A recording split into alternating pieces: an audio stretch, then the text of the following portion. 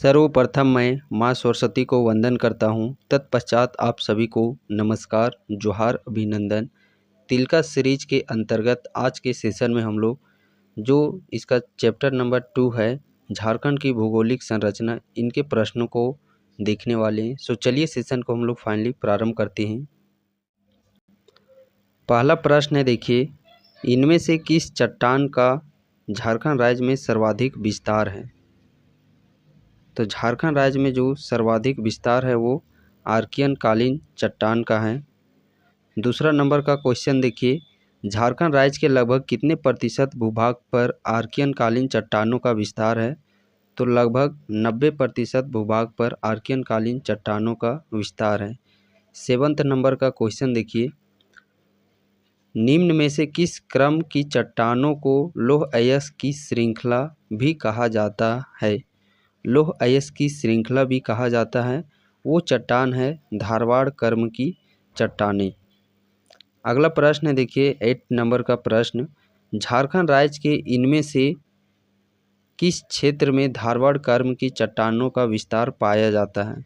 तो धारवाड़ कर्म के चट्टानों का विस्तार ये पूर्वी सिंहभूम, पश्चिमी सिंहभूम, सरायकेला खरसावां, मीन्स जो कोल्हान प्रमंडल के अंतर्गत 3 जिले आते हैं, पूर्वी सिंहभूम, पश्चिमी सिंहभूम, सरायकेला खरसावां, इन तीनों जिला के अंतर्गत धारवाड़ कर्म की चट्टानें का विस्तार हम लोग को देखने को मिलता है।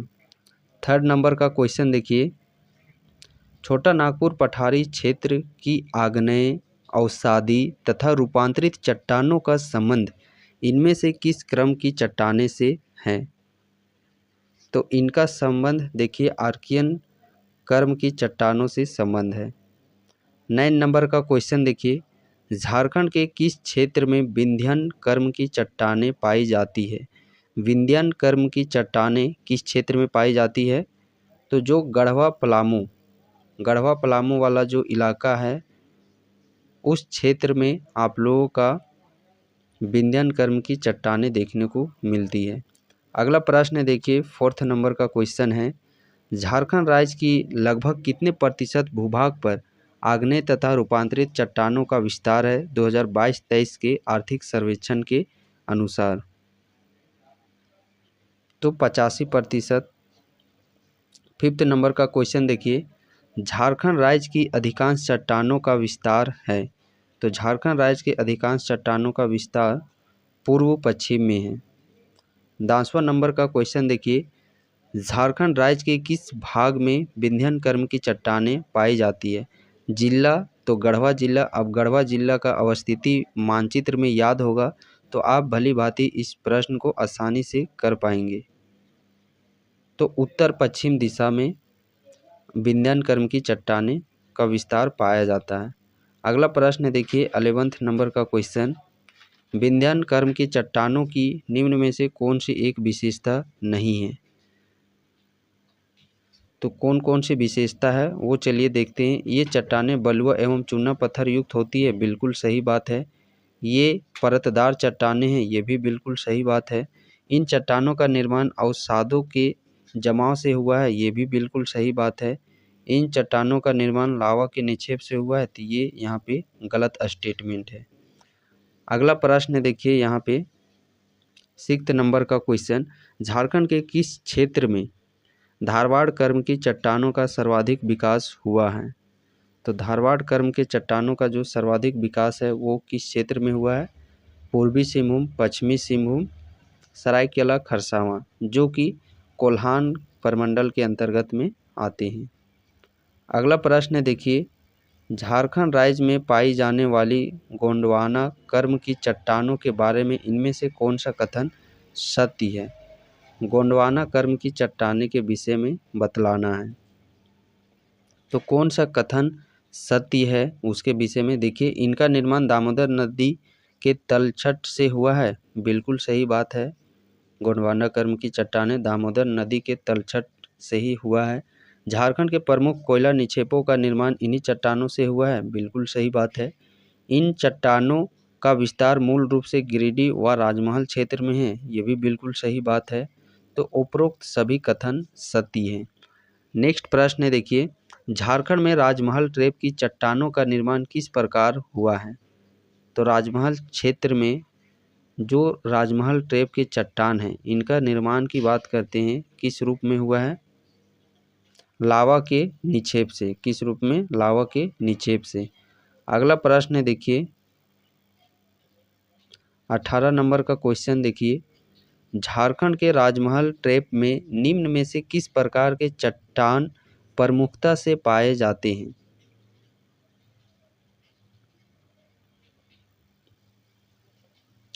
तो इस प्रश्न का सही आंसर हो जाएगा बॉक्साइट। 13 नंबर का क्वेश्चन देखिए, झारखंड राज्य में पाई जाने वाली गोंडवाना कर्म की चट्टानें प्रसिद्ध है। गोंडवाना कर्म की चट्टानें किस लिए प्रसिद्ध हैं?